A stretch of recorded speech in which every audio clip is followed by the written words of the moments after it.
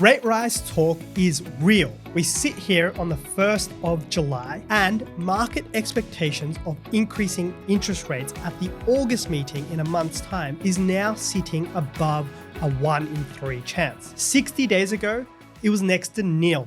There has been a change with new inflation data coming out suggesting that inflation is back on the rise. That's a danger sign for our Australian economy because we are no longer growing. Growth has stopped and inflation is rising again. It's the RBA's worst nightmare from a data perspective, and it could trigger rate rises as early as next month. It could trigger more than one rate rise, and it's a real conversation we need to be having again. Sounds alarming, but that's the current data set sitting in front of the RBA, and that's exactly what we're going to go through. We're going to do a whip around the Australian economy and talk through exactly what's going on and play pretend RBA 1 month ahead of time and talk through exactly what they will be considering when they make their next decision. It is a big, big call for the entire direction of the Australian economy this financial year. Kurt, how are you? Yeah, not too bad. This is a bit of a more scary one, less fun to chat about. Interesting, but less fun to chat about when the numbers aren't looking so rosy. Yeah, we haven't done an economics one for a little while, and there's been a lot of new information that's come out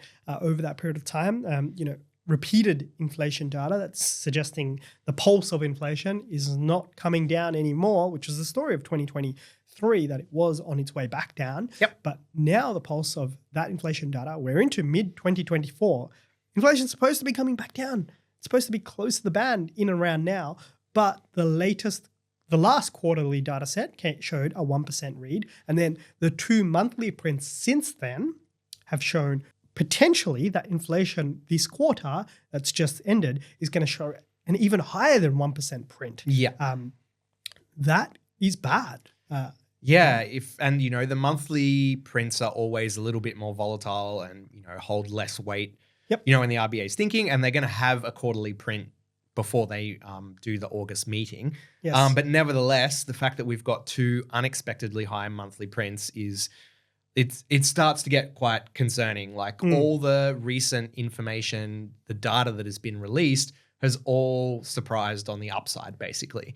So, previously where you might get, a bit of a hot monthly read and then, back to normal or something, you kind of go, you just, dismiss it basically. But when you've got so many consecutive data releases that are pointing to the fact that maybe inflation isn't coming down, I don't know necessarily it's going back up, but if its downward trajectory has stopped, we're still not in the band. So that would give the RBA a lot of pause for thought and, is concerning because I'm sure we'll get into this. The other economic indicators aren't necessarily showing that the economy is running super hot, which, would give the RBA and the economy a bit of room to absorb some rate rises. Yeah. So let's summarize a few things that you've just said there. So we're talking on the 1st of July here.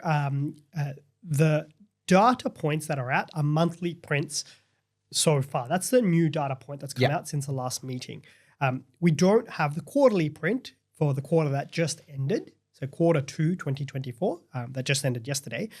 That is going to be coming out towards the end of this month, just before the August meeting. That is the main information set that the RBA is going to be using in the decision-making framework with relation to where inflation is at. The monthly prints will probably largely be ignored when that data set comes in because that's going to have the richness of the data that they have in the monthly set. They'll be totally ignored. Quarterly print replaces those monthly prints, if that makes sense. Right.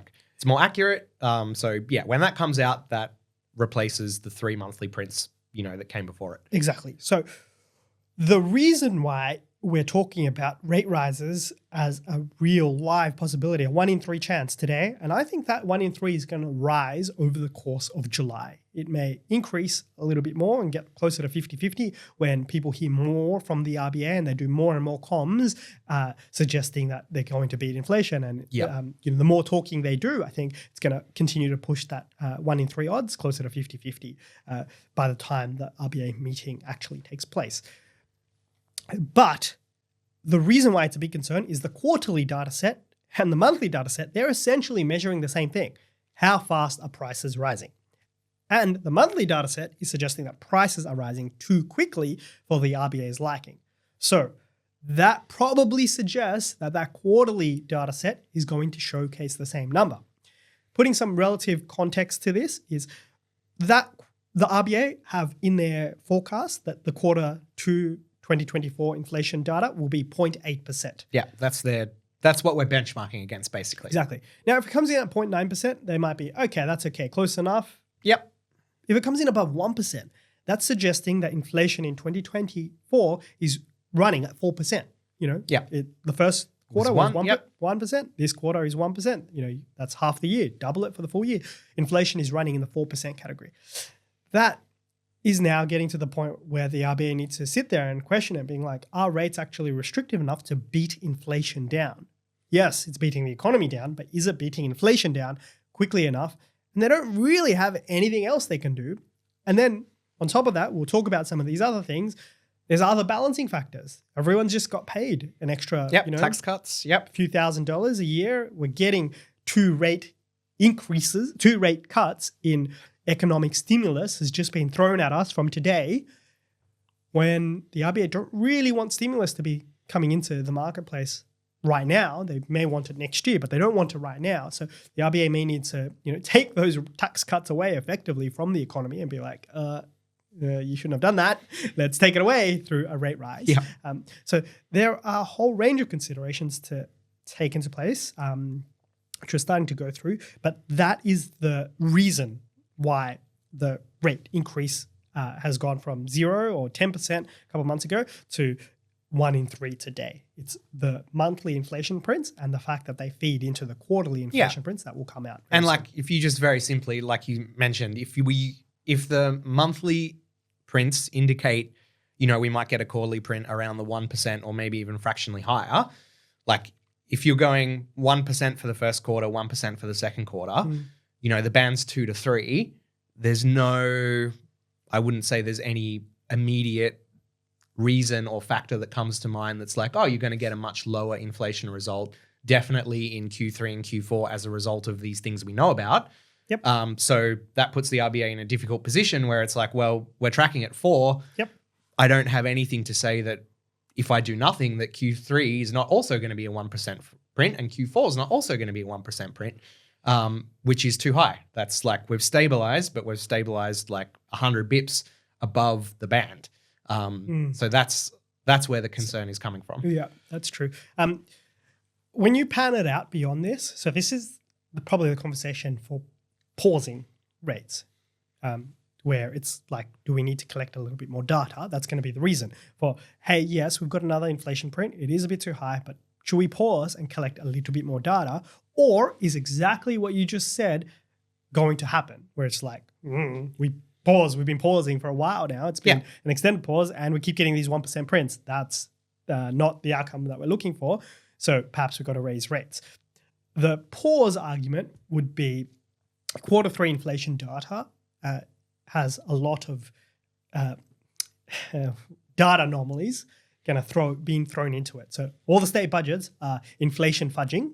That makes sense. They're effectively just paying energy bills for everyone. And the way they're paying energy bills is very much policymakers are designing it around the CPI figure specifically by literally taking it off the bill itself, and that feeds into the CPI rather than specifically looking at the input cost of energy and how that's rising. CPI doesn't do that. It's looking at a more holistic measurement, and basically policymakers are fudging the CPI data through the rebates and stimulus. They're like artificially lowballing it, basically. Finding ways, Exactly, right? So that's what policymakers are trying to do because they want to be there, being like, we're helping reduce inflation. They want to say that out. It's a political statement rather than a real statement. They want to be saying that. So quarter 3 inflation data will be a bit lower. They have that kind of projected in there. And then quarter 4 is a little bit of time away, so perhaps inflation will start coming back down the way it needs to by quarter 4 2024. So there's quite a little bit there, but really the underlying summary is inflation's coming too high, and that is pretty much the main reason, almost the only reason, to be increasing interest rates at this current point in time. Yes. The reason why it's the only reason is the flip side argument. The Australian economy is slowing. We grew at 0.1% for the first quarter of the year. Now, Yeah. that's a shocking performance metric. It's basically like we're not growing. Yeah, just round that off, I would say. Like Round it off to zero, basically. Yeah, we're just not growing. Not We're going not- backwards. I mean, we are per capita, but like we're not growing. We're not Yeah. growing. And we're going backwards per capita for 18 months Yep. now, or by the time the next reading comes out, we're going to be going backwards per capita for 18 months. That is a long time for individuals in Australia to be moving backwards. The economy is not growing. And yes, the employment market hasn't weakened out of control, but unemployment is on the upward trend, albeit quite slowly. And this year, we don't have population growth saving us. You know, the level of people coming into Australia is coming back down quite drastically through this financial year that we're living in at the moment. So the way I'd categorize the summary position right now is we are literally living and breathing and interacting with our economy at a point where it is actually quite difficult. Prices are going up. Incomes are not rising on a real sort of basis as of yesterday. They are in back pockets today, but excluding those tax cuts, you know, we're moving backwards per person.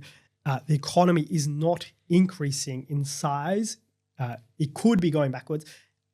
And the employment market is losing some of that frothiness and strength, all the while that businesses are beginning to struggle, which suggests that the employment story will continue to weaken over the course of the year ahead, which you expect when the economy stops growing. Yeah. We do expect that.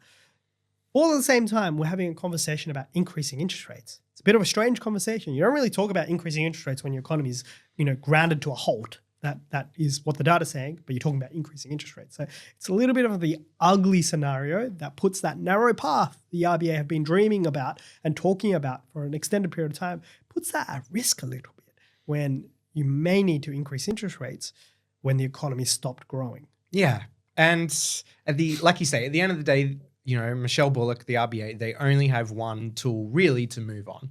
Exactly. And I think my guess would be from her perspective, the inflation number is the number one priority. And then I would actually say the unemployment number is the second. I actually think that was higher on her priority list than economic growth, or even if you get into negative economic growth.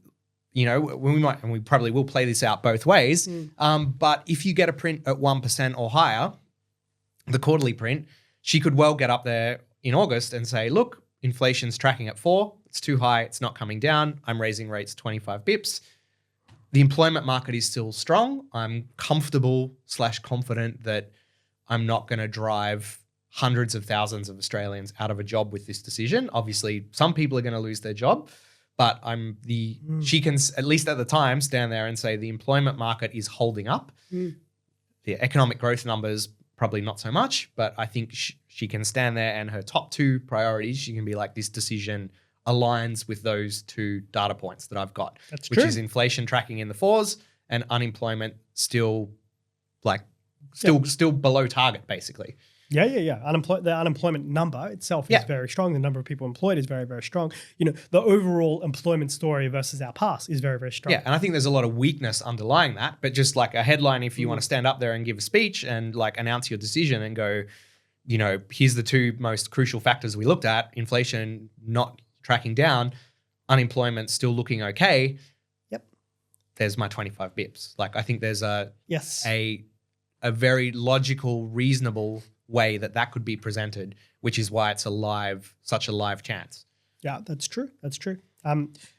If they hadn't taken the two 25 bip rate rises towards the end of last year, the insurance rate rises, that's her words for it now, then I think you probably would have already increased interest rates from that Q1 print. But they have taken out a couple insurance rate rises in their mind. That's what they had hoped. So that summary position may have changed to be like, we need more insurance now. Like, these insurance rate rises weren't enough. So perhaps that's where they end up. And yes, they can justifiably increase interest rates on those two metrics. It makes a lot of sense. And even if you do push the unemployment rate up past 4.5%, there's a very, very clear reasoning for it. I mean, like, inflation is too high. It's clear our economy can't handle this level of heat, and we need to slow the economy down even further. And yes, that will cost jobs. I understand that. I appreciate that. She might not say it out loud like that, but you know, they would know that is still possibly the right choice framework to make because inflation has a 4 handle. It's still significantly above band, and it's no longer coming down based on the information she's reading as of August. That could be what's right in front of her. So that could easily be the decision point, which is why we do think I think it's closer to a 50-50 call rather than a 1 in 3. Yeah, and I think for like in the reading I've done about this and hearing, because a lot of economists have kind of changed their prediction a little bit, where now a lot of people are predicting rises, not maybe 50%, but like there's a lot of prominent economists that are now saying, hey, I think rates are going to go up before they go down. Yes. But I think the thing that I found interesting is the ones that I've been listening to, the overall story of the trajectory of rates maybe over the next 12 months isn't that different. So the people I think that are now saying that there's going to be rate rises are still saying, hey, in 2025, I'm still expecting multiple rate cuts on the back of, a weakening economy and falling inflation. So the question is, do rates stay flat until we get to that point in 2025? Or do the RBA have to raise 25 or 50 bips in the next 6 months in order to bring on that situation in 2025? So I don't think it's that's the part I find interesting is it's not, people aren't changing their views about what the endpoint looks like or what the 12-month endpoint looks like. They're just changing their views about whether or not further rate rises are going to be needed in the immediate short-term future to get there, or whether they sit tight and let it play out and you kind of arrive at the same point anyway. Yeah, exactly. That makes a lot of sense, largely because if inflation wasn't a problem, and the reason why everyone's saying rate cuts are due in 2025 or in and around there, it might be pushed out even further in some cases, is that inflation problem isn't there in 2025 according to their forecast. So when that inflation problem goes away, we would be cutting rates. It's actually and the economy is really weak, right? Like it's not growing. So I think people have a lot of confidence that inflation problem will go away. Yes, of because course, there is no economic activity to sustain it, if that makes sense. So it's not like people have changed their views to go, okay, like inflation is going to be here for 4 or 5 years. Like we're going to have the current, we're going to have a cash rate above 4 for the next 3-4 years. Everyone still seems to be kind of agreeing that the economic weakness is there and it's going to go like in 2025, the economy is going to be really, really struggling and unwinding the tightening cycle is going to need to occur. I think they're saying that I would change that statement slightly and say everyone is saying the economy is really struggling. All the data points suggest it is really, really struggling. We are so far below trend growth. It is not like even close. Unemployment is rising. It's rising. You could just simply say that unemployment is rising and it will continue to rise through the course of the year. And if you continue to have below trend growth, businesses are going to be like, I ain't growing. I'm moving backwards. My profits are falling. Why am I employing all these people? I'm going to start slowing my employment growth, which I need because people are coming in and the unemployment rate's going to go that way. The economy is weak right now. We're living through that period right now. And if inflation wasn't a problem, then rate cuts would have come or would be coming in and around now, which is probably where we were at the beginning of this year or late last year. That was the conversation. Rate cuts will come in and around now because inflation will start coming back down. No, that hasn't been the reality. The reality is inflation hasn't come back down in the first half of 2024. Inflation has started rising again, and it may mean alternative reality of, hey, we actually haven't hit the peak interest rate. Maybe we have 1 or 2 more rate rises, cause borrowers even more pain, and I'd go so far and be like, put the Australian economy into recession. They may need to do that. That narrow path says goodbye. You could say goodbye to it with no population growth or no significant material, amazing off the charts population growth this financial year to mask it, running through already a very, very weak economy and then putting in rate rises on top of it. Obviously tax cuts help that on the counterbalance, but doing all of that could easily trigger you into a small recession, and that effectively blows the entire narrow path narrative because the definition of their narrow path, which they've set out, is growth is slightly positive. Which is just barely happening now. Well, they're on it while it's there. So that is a little bit of a whip around of the Australian economy. I'm going to add one little sense as to why I think rate rise chances are a little bit higher. I'm interpreting Michelle Bullock's 30-minute press conference or 1-hour press conference right after her last rate decision. A couple of things she said there and the tone in which she said it. She did clearly use the words that the chance of an interest rate increase has not increased. She did say that. But the strength of her words was indicating that if we continually get inflation prints like this, they will not hesitate to increase interest rates. I know that's just general central banker talk. Yeah. But my general observation of the tone and language there was these people sat there and considered a rate rise at their last meeting and decided, no, we'll wait for this data release to come out. They already had one high monthly print in their last meeting, but now they have two high monthly prints, and they'll also have the quarterly data set. So they sat there being like, look, we won't increase interest rates now because we're getting better data next month. We meet again in 6 weeks. Let's just talk about it in 6 weeks. That was the decision point of how they got there. That's how I read her press conference, that they talked about increasing interest rates, but they chose not to because they wanted more data. And the more data that's coming out isn't presenting a pretty picture. So that could easily mean that, hey, some of those board members are sitting there being like, hey, we said that we may increase interest rates. Now it's time to increase them. I can see that happening, even if there's some reluctance from some of the board in actually raising rates. Yeah, I think on balance, I also don't feel like the RBA considers a 25 bip increase like they're taking a baseball bat to the economy. Like in reality, that might be how it feels. Yeah. But I think from the RBA's perspective, they feel like they're near the terminal cash rate now. They don't know if they're at it or not. But I think they would view it as we're tweaking around the edges. We've gone for another 25 bips. Like we're going for a little bit more.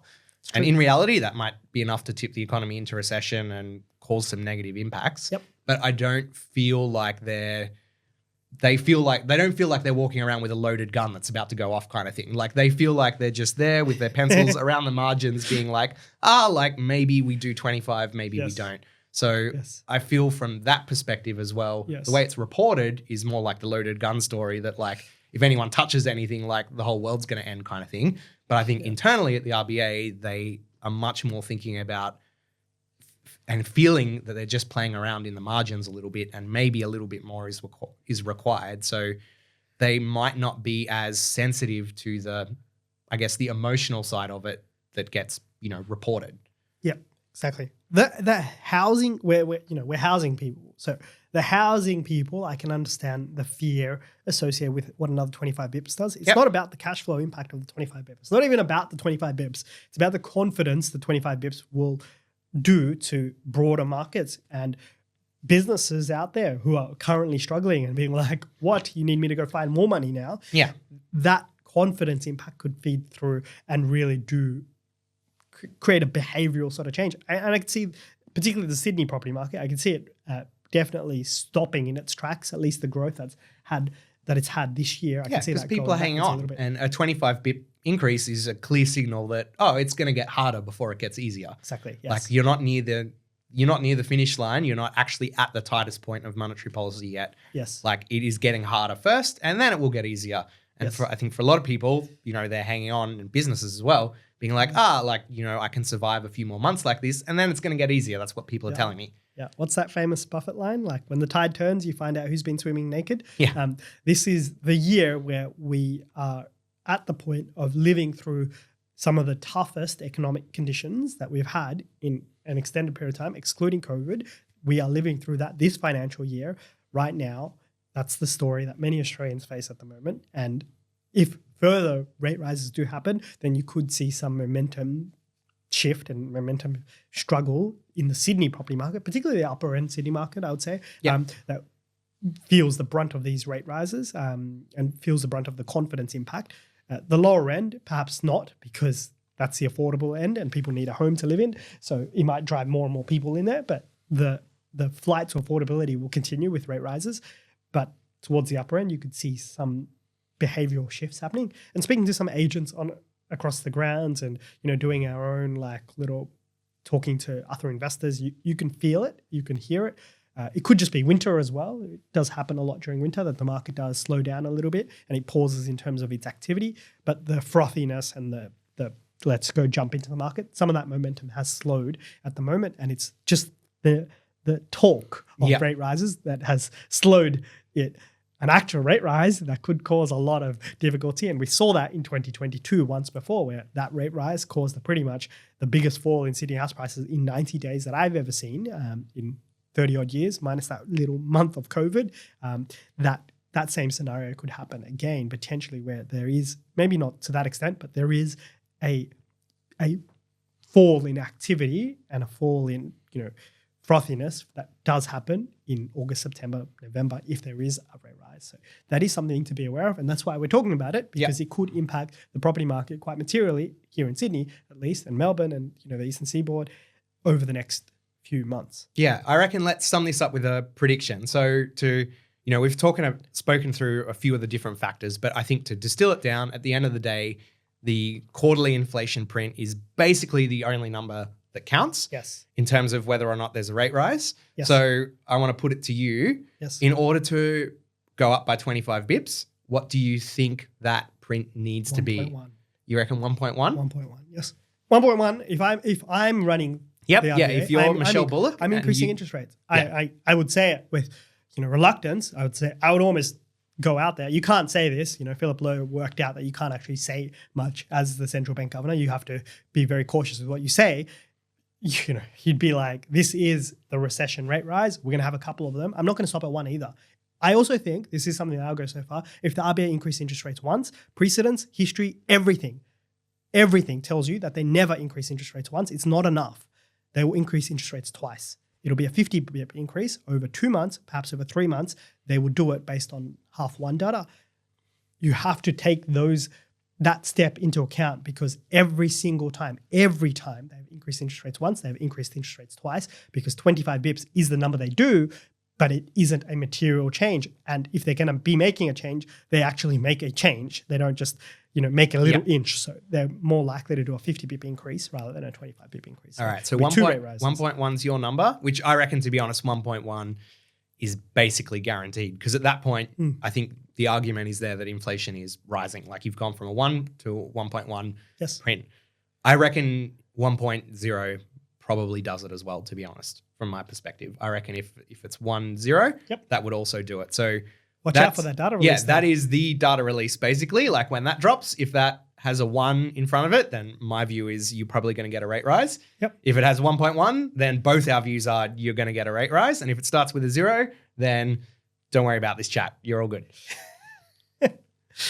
Probably, yeah. That's the quick summary, right? Like, if someone just gets that in, I would just add one more thing to it. The 2 monthly prints suggest that this print is going to be 1.1 to 1.2, both of which suggest that 25 bip rate rise will happen, and perhaps it'll be a 50 bip rate rise if it is a 1.2% print, or anything in that vicinity. It's going to suggest that there's going to be a rate rise that is quite battering to the Australian economy. We are a month away from a data set that could really change the direction of this year for the Australian economy and for millions of people out there. Because that's how important this data set is. That's how big it could be. Yeah, because if you think about it, let's say you get a 1.1, 1.2 print, they put rates up by 25 bips, right?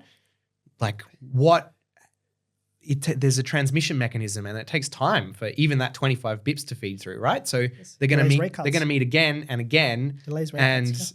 Well, not only does it delay rate cuts, but like you say, it puts the argument there that they're going to have to raise rates again, because they're not going to see any immediate change as a result of their decision, right? I think they may have 2 rate rises, and then they're not going to do anything for a year. Like, unless the Australian economy just rosily continues to grow, albeit very slightly, and unemployment for some reason doesn't go up. I think that changes everything. The only thing that it changes is, the main reason why it's a big impact is it delays rate cuts. Rate cuts will still happen. It's just when, and it delays those rate cuts. And it also starts the rate cutting process from up here rather than down here. Let's add one more little flavor of the international context, because Michelle Bullock got asked, the world is cutting rates. That was supposed to be the starting point. So a little backstory, when I was writing this the show notes and what we were going to talk about, it began with, the world is cutting interest rates. When is it happening in Australia? Because Canada cut rates, UK and Europe area cutting rates. But the difference there, in Canada, all these countries have lifted rates a little bit higher, so they're cutting rates a little bit earlier. Their inflation story is starting to, show stickiness in their inflation, but it has come down a bit further, which you'd expect with higher interest rates. And in Canada, they have a 6% unemployment rate. They've Yeah. completely, bulldozed inflation away. And, perhaps that's something that we need to do here.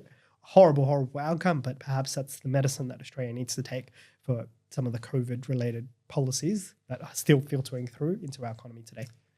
Yeah, there you go. It's not the best note to end on. I was hoping you would have something slightly more uplifting. Positive? Like, Positive. Okay, I'm shooting for that 0.9 number to come out to hit my inbox in late July, and then happy days. I will do a quick little promise to everyone on my Instagram. Thank you for all the follows. We've had a bit of an increase there. I will do a story or little 1 minute take the minute it comes out.